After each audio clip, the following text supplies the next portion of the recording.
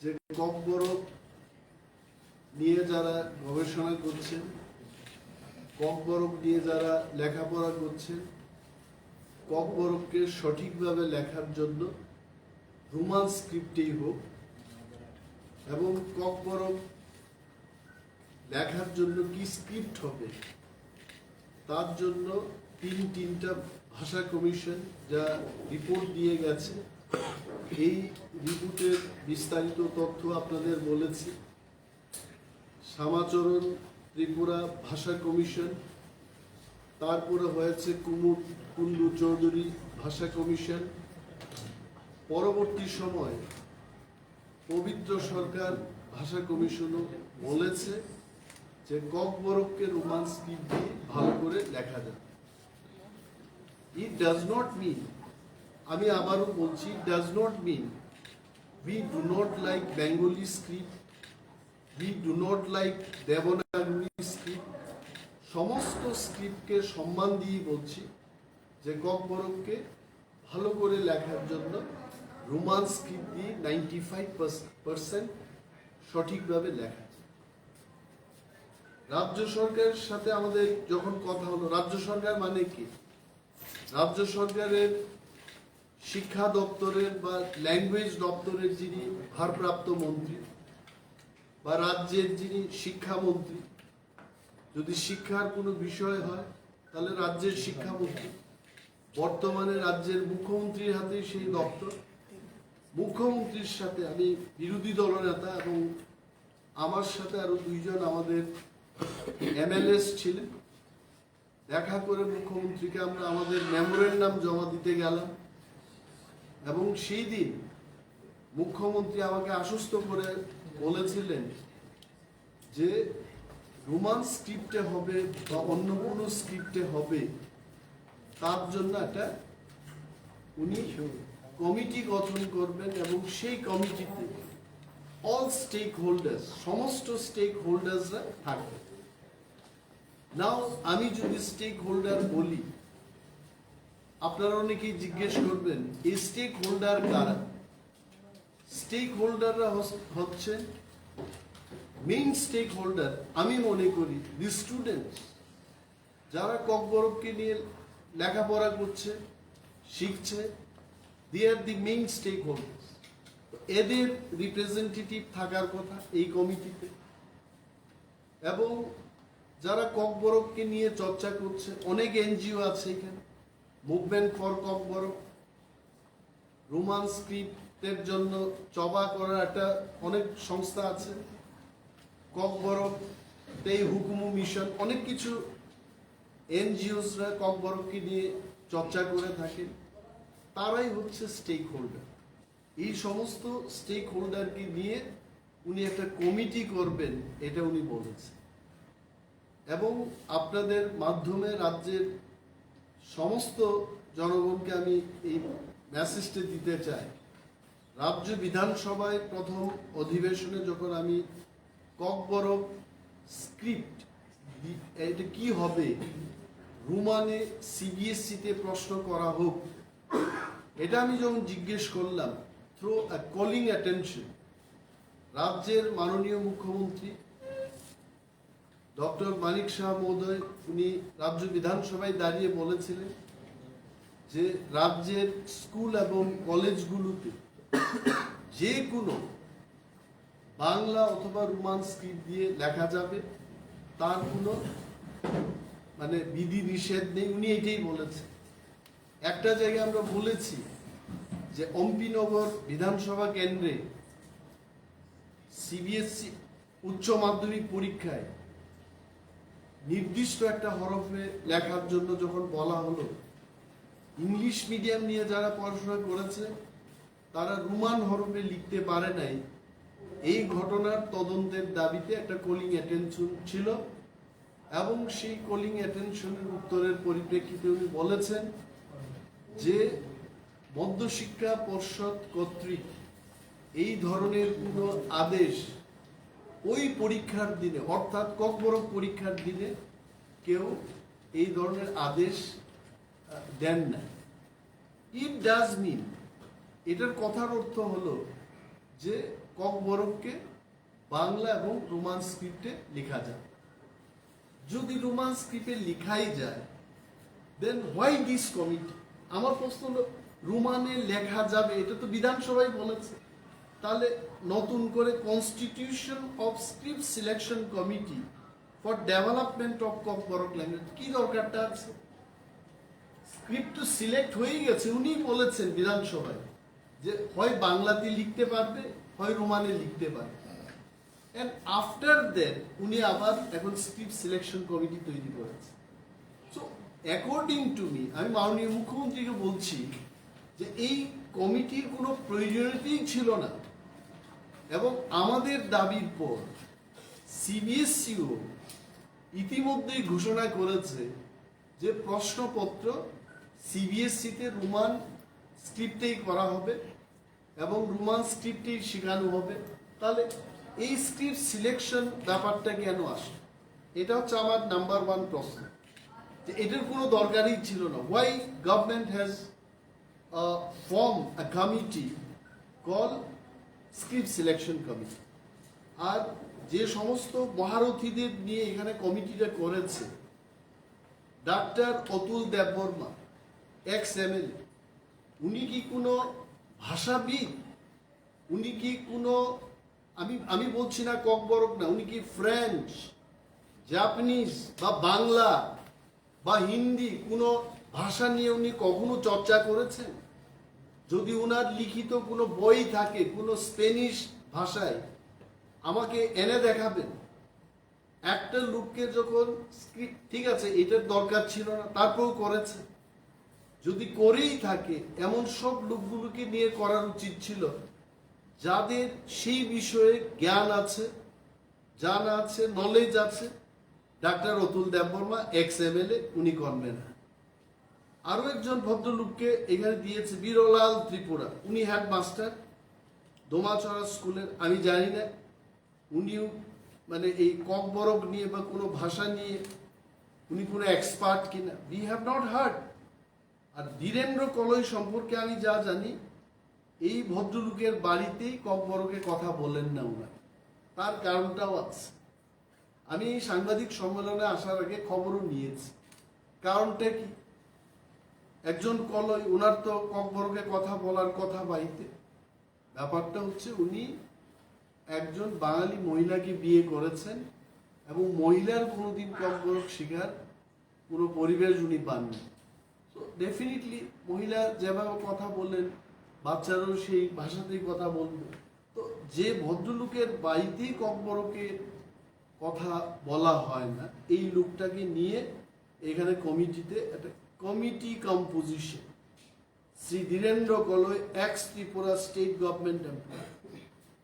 উনি কি পিয়ন ছিলেন, উনি টিসিএস অফিসার ছিলেন, না উনি সুইপার ছিলেন, না উনি বিজ্ঞানী ছিলেন, nothing. Ex Tripura state government employ. কোন দপ্তরের কি বিষয়ে, নাথিং। মানে যে কাউকে নিয়ে কমিটি করা যায়, মানে সমস্ত এক্সদের নিয়ে এক্স এমএলএ, মানে এমএলএ যদি যোগ্যতা হয় ভাষা সাহিত্য চর্চার, এমএলএরাই যদি তার দায়ী মানে গ্রহণ করতে পারে, সেই বিষয়ে যদি তার জানা থাকে, তা তো আরো ভালো ভালো এমএলএরা যারা আরো বেশি করে লিখেন, লেখালেখি যারা করেন, তাদেরকে নিয়ে করতে পারে। নরেশ জমাতিয়াকে আমি দেখেছি, যদি উনি সিপিএম পার্টির হতে পারেন, উনিও বেশ লেখালেখি করেন, ওনাকে নিয়ে করতে পারতেন। Why doctor Atul Debbarma? আমি শুনেছি ডাক্তার অতুল দেববর্মার বাড়িতেও দিল্লিতে, উনি তো আসলে দিল্লিতে চাকরি করতেন, উনি আসছেন নির্বাচনে প্রতিদ্বন্দ্বিতা করার জন্য, উনার বাড়িতে উনাকে ককবরকে কথা হয় না, হয় ইংরেজিতে হয় হিন্দিতে কথা বলে। ওরা ছেলে মেয়েদের সাথে ইংরেজি এবং হিন্দিতে, এই সমস্ত লোকগুলোকে নিয়ে একটা কমিটি করেছে। আমার বক্তব্য হলো যে ককবরককে নিয়ে এই ধরনের আচরণ সরকারের কেন? এটা উই কন্ডেম দিস, এটার উচিত নয়। এন্ড ককবরক কি স্ক্রিপ্টে লেখা হবে, মুখ্যমন্ত্রী বলেছেন বিধানসভায়। ওই কলিং অ্যাটেনশনে যখন বললাম যে এই ধরনের ইনস্ট্রাকশন মধ্যশিক্ষা পর্ষদ থেকে পরীক্ষা সেন্টারে কেউ দিয়েছে কিনা উনি বলেছেন দেওয়া হয়নি, রোমান স্ক্রিপ্টে লেখা যাবে। Then what is the point of bringing this script selection committee? আর এই কমিটিকে বানচাল করা হোক, এইসব লোক দিয়ে এইসব কমিটি হয় না। ভাষার উপর যদি কিছু করতে হয়, আমি স্ক্রিপ্টের কথা বলছি, then there are so many learned people, let them come and take this responsibility. উনারা করবে, রাজনীতি যারা করবেন রাজনীতি করবে, কেন ইয়ে করবে? why all these people have been engaged for this? আর এছাড়া যে অর্ডারটাতে আই এম টেলিং, আপনারা মিডিয়া বন্ধুরা আপনারা আমার চেয়েও আরো সচেতন এই ব্যাপারে। একটা কমিটি যখন হয়, এই কমিটির ফাংশনটা কি এটাও তো বললো না এখানে। আর তার মেয়াদ কত হবে, তার উদ্দেশ্যটা কি, নাথিং ইজ মেনশন। একটা কমিটি করতে হবে, করেছে, there has to be aim and objective. তারা কি রিপোর্ট দেবে সরকারের কাছে, নাথিং ইজ মেনশন। চিঠিটাও আমার কাছে আছে। The terms and conditions for the committee would be as follows. বলছে যে Kokborok speaking committee promote its preservation and growth. The committee will submit detailed report and recommendation to the Honorable Minister Tribal Welfare Department. মানে কি বিষয়ে রিপোর্টটা দেবে?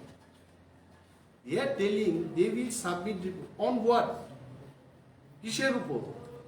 Convener কমিটির meeting regular বেসিসে করবে, কাদের নিয়ে, কিসের উপর?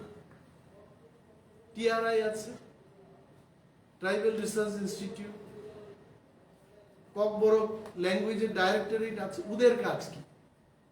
What is the work of Kokborok directorate? এরা করবে এইসব কাজ। কমিটি বসিয়ে দিয়ে বলছে এটা টাইম টু টাইম মিটিং করবে এবং ডিটেইল রিপোর্ট দেবে। কি রিপোর্ট দেবে? সো দিজ আর অল আসলে কি হচ্ছে, এই সরকারটা ডিসিশন, এটা বাংলায় কি বলে, ডিসিশনের বাংলাতে কি হবে? সিদ্ধান্তহীনতায় ভুগছে এই সরকার। Sometimes they take some decision and they do not obey. এক সময় এক কথা বলছে। যদিও ককবরক নিয়ে এটাই আমার কথা, উই ওয়ান্ট এই কমিটিটা, এটাকে উইথড্র করা হোক, this committee is not required, এটাই কিন্তু কনক্লুশন। আরেকটা বিষয় হচ্ছে, বারবার গত বিধানসভাতে আমি এসটিজিটি আমি অনুরোধ করব আমাদের প্রিন্ট মিডিয়ার বন্ধুরা বিশেষ করে, একটা বিষয় হচ্ছে ককবরক, আর এটা অন্য বিষয় আমি বলছি, এই দুইটা বিষয়ই বলব। কোনো এক সাংবাদিক বন্ধু বলছিলেন আমাকে যে একদিনে আপনি 4-5টা বিষয় নিয়ে কথা বলবেন না। আসলে বলার তো অনেক কিছু আছে, কিন্তু আজকে only 2 issues I take.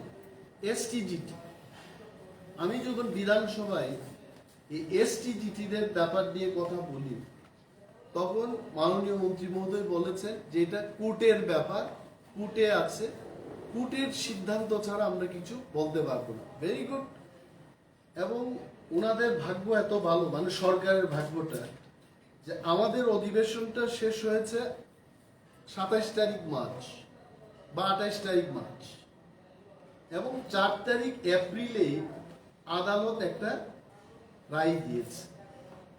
Sarkar appeal করেছে। এখানে কি হয়েছে, 230 পোস্ট এর এগেইনস্টে সরকার একটা নোটিফিকেশন এনেছিল 15 জুলাই 2022, মানে 230টা পোস্ট ফিল আপ করা হবে গ্র্যাজুয়েট টিচার।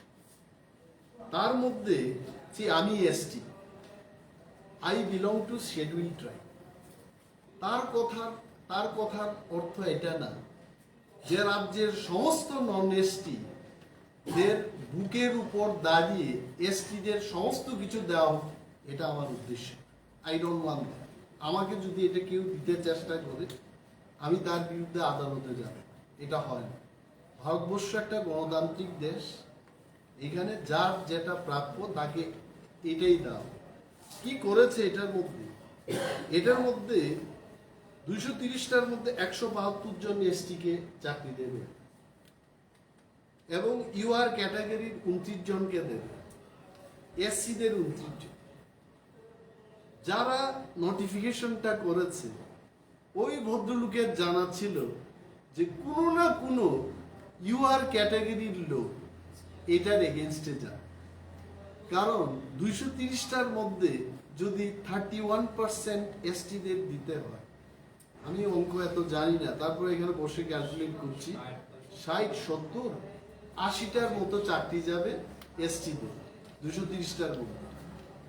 এবং এসসিদের যা পার্সেন্টেজ আছে, এটা এসসিদের যা 17%, ম্যাক্সিমাম সংখ্যাটা যাবে ইউআর। কিন্তু এটাকে উল্টা করেছে, কারণ এটার অর্থ হচ্ছে বিস্কিটটা দেখাবো কিন্তু খেতে দেব না। আদালতে গেছে ঠিক প্ল্যান মাফিক, this are all plan wise. তারপর কোনো এক ব্যক্তি আদালতে গেছে এটার বিরুদ্ধে যে আমি এটা মানছি না, এখানে রোস্টার মানা হচ্ছে। দেন আদালত কি বলেছে? আদালত সরকারকে বলেছে যে 50%-এর বেশি রিজার্ভেশন হয় না। ইউ স্টেট গভর্নমেন্ট, তুমি 50% রিজার্ভ রেখে সমস্ত কিছু কাজ করো। তারপরেও স্টেট গভর্নমেন্ট এসটিদের দরদ দেখাতে গিয়ে বলেছে যে না, আমরা আপিল করছি, এটাতে ছাড় দেওয়া হোক। এখানে 4টা বিষয় উল্লেখ করেছে তাদের পিটিশন। রাজ্য সরকার বলছে না না, আমরা তো এসটিদের জন্য বেশি করে চাকরি দিতে চাই। Since the constitutional amendment has given wide power and specific steps to carry forward the earmark and earmark vacancy which supersede the Tripura SC and ST Reservation Act 1991, and thereby the findings of the Honorable Court is required to be reviewed by calling the directions. এখানে অনেকগুলো আইন দেখিয়েছে তারা যে অনেক বছর যাবত এদের দেওয়া হচ্ছে না, তো বেশি করে এদের ফেসিলিটিস দেওয়ার জন্য এখানে অনেকগুলো, আমি পড়ছি না, এত ডিটেইলসে যাব না। সুপ্রিম কোর্টে কি রায় দিয়েছে তাকেও এরা বলেছে না, এটাকে ছাড় দেওয়া হোক। হাইকোর্টে কি বলেছে, এটাকে ছাড় দেওয়া হোক। শেষ পর্যন্ত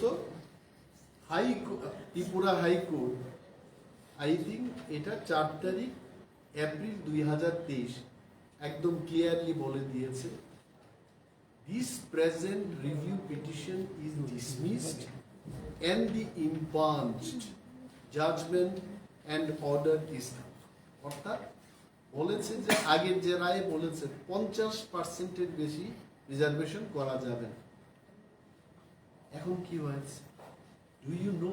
রাজ্যের মানুষের জানা উচিত, মোর দেন 9,000 গ্র্যাজুয়েট বেকাররা এরা এসটিজিটি পরীক্ষায় বসেছে এবং অলরেডি 9 মান্থস পেরিয়ে গেছে। রাজ্য সরকার এদের রেজাল্ট দিচ্ছে না, মেরিট লিস্ট তৈরি করছে না, এবং এই কোর্টের এই অর্ডারে এখন এদের ভবিষ্যৎ কি হবে? যে নোটিফিকেশনটা বেরিয়েছিল এই নোটিফিকেশনটা ক্যান্সেল করে দিয়েছে। এখন আমার মনে হচ্ছে রাজ্য সরকার বলবে, যেহেতু কোর্ট বলেছে নোটিফিকেশনটা আমরা ক্যান্সেল করেছি এবং তোমরা যা পরীক্ষা দিয়েছো এই পরীক্ষাটা আমরা ক্যান্সেল করে দেব।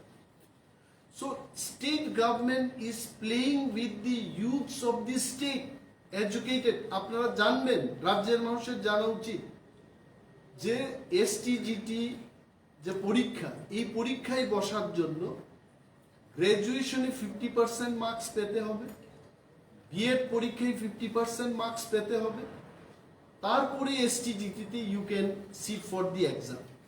এবং আমার কাছে যা খবর আছে, বিতর্কত খবর, টিআরবিটি বলেন তো, টিচার্স রিক্রুটমেন্ট বোর্ড ত্রিপুরা, মাত্র 1300 জন ছাত্রছাত্রীরা বা আনএমপ্লয়েড গ্র্যাজুয়েটরা এরা কোয়ালিফাই করেছে।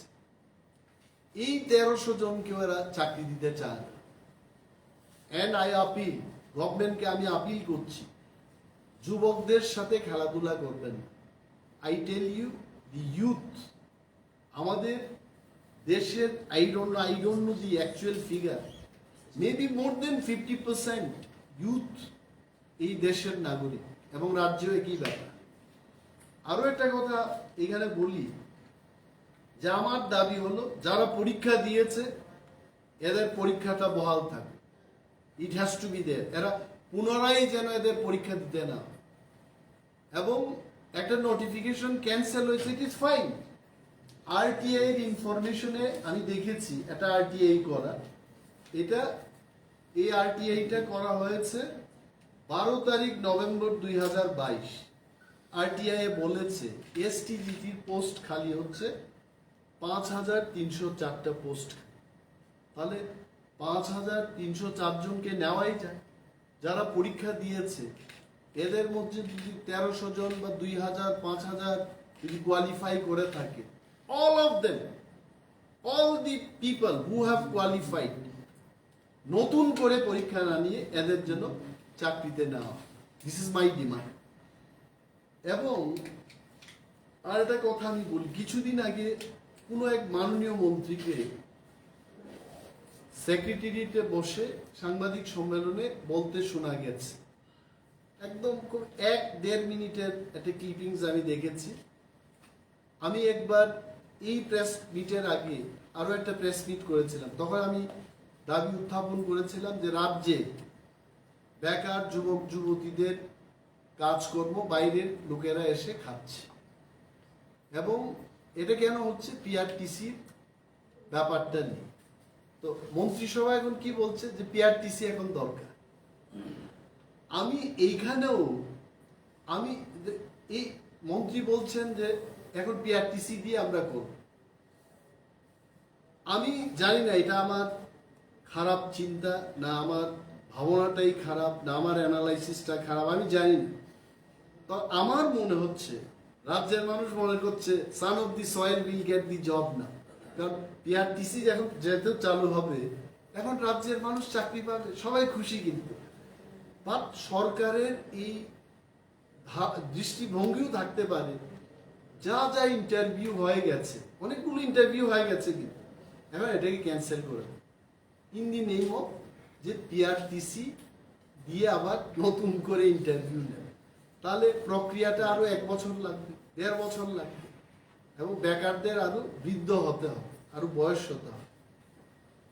তো আমি সরকারের দৃষ্টি আকর্ষণ করে বলছি যে এটা করবেন না।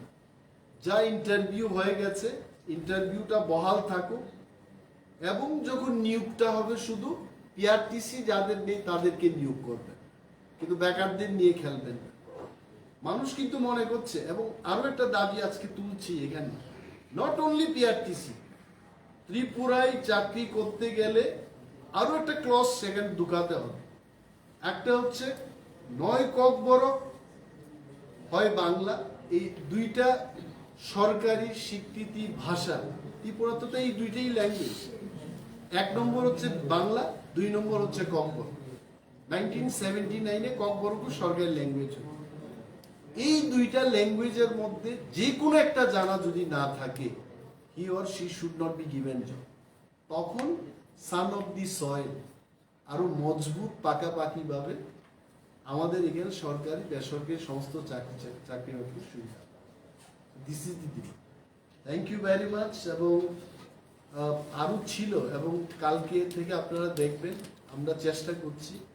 আমাদের প্রশ্ন আমি ধরবো সরকারকে, আমার একটা প্রশ্ন রিজেক্ট করেছে আরেক বিধায়কের একই প্রশ্ন, আমি উদাহরণ দিয়ে বলছি, এটা অ্যালাউ করেছে।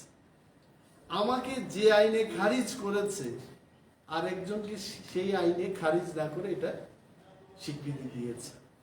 We will fight for the people.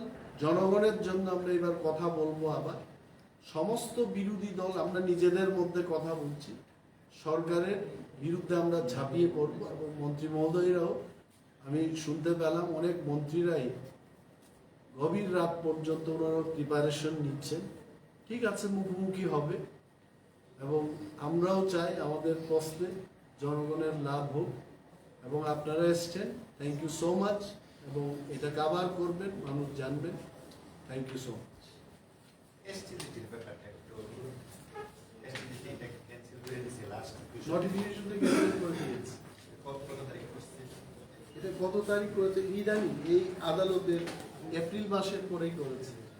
যারা পরীক্ষা দিচ্ছে তারা টিকিট দিত না, এদের সম্পর্কে আদালত কিন্তু কিছু বলে নাই। আদালত শুধু বলেছে যে রিজার্ভেশনটা মেইনটেইন করো, পরীক্ষা বানচাল করে দাও এটা বলে না। তো এটা আমার দাবি যে পরীক্ষা যেন ক্যান্সেল না। আরে কতবার পরীক্ষা দিব, হ্যাঁ মেইনটেইন করো। পরীক্ষা মানে তো টাকা দেওয়া, টাকা দিতে হয়, ইট ইজ নট ফ্রি। পরীক্ষা বাতিলের নোটিশটা টিআরবি করছে। ইয়েস, টিআরবি এইটা এই ইস্যুটা টিআরবি ইস্যুটা করেছে 15/7/2022। 15/7/2022।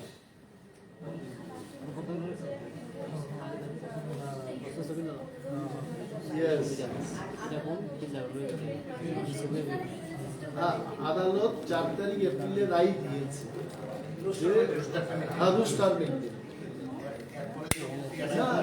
সরকার কি করছে, সরকার যে আদালতের রায় দিয়েছে এরা নোটিফিকেশনই বাতিল করেছে।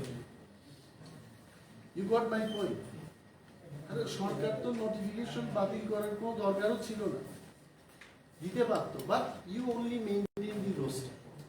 তো এখন অনেকের বক্তব্য থাকতে পারে, আরে এখানে এসটির এত সংখ্যায় 230, অনিমেষ বাবু নিজেই এসটি, উনি কেন এটা না? আমি তো বিরোধিতার কথা বলছি না।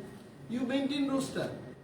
5304টা পোস্ট খালি আছে, যত সংখ্যায় এসসি এসটিরা পাবে পাবে পাবে, দে উইল গেট। কি আর এখন কিছু আছে?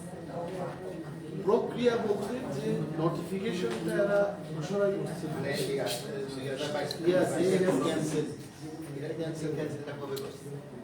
এটা আমার জানা নেই, তবে এপ্রিল মাসের এই রায়ের পরে করছে।